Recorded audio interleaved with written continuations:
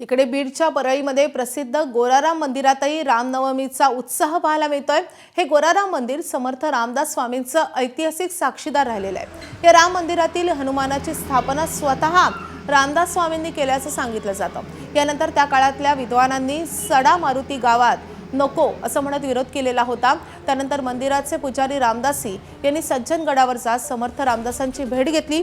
यावेळी हनुमानासमोर प्रभू रामचंद्रांच्या मूर्तीची प्रतिष्ठापना करण्याची आज्ञा त्यांनी दिली आणि त्यांचा शिष्य कल्याण स्वामींना दिली। मग अयोध्येतून पंचधातूची मूर्ती आणि श्रीरामाचं मंदिर उभारण्यात आलं। ही समर्थ रामदास स्वामींच्या पदस्पर्शाने पदस्पर्शाने पावन झालेली वास्तू आहे। या ठिकाणी समर्थ रामदास स्वामींनी स्थापन केलेला मारुतीराय असून त्यांचे पट्टशिष्य कल्याण स्वामींच्या हस्ते स्थापन केलेले रामराय आहेत। इतर रामरायाची मूर्ती ही वामांगी सीतेच्या स्वतः मांडीवर घेतलेली सीता अशी ही मूर्ती आहे आणि अत्यंत पावन अशी ही वास्तू असून रामरायाची जन्मोत्सव त्यावेळेसपासून 400 वर्षापासूनचा हा इतिहास आपल्या इमारतीस आहे। एबीपी माझा, उघडा डोळे बघा नीट।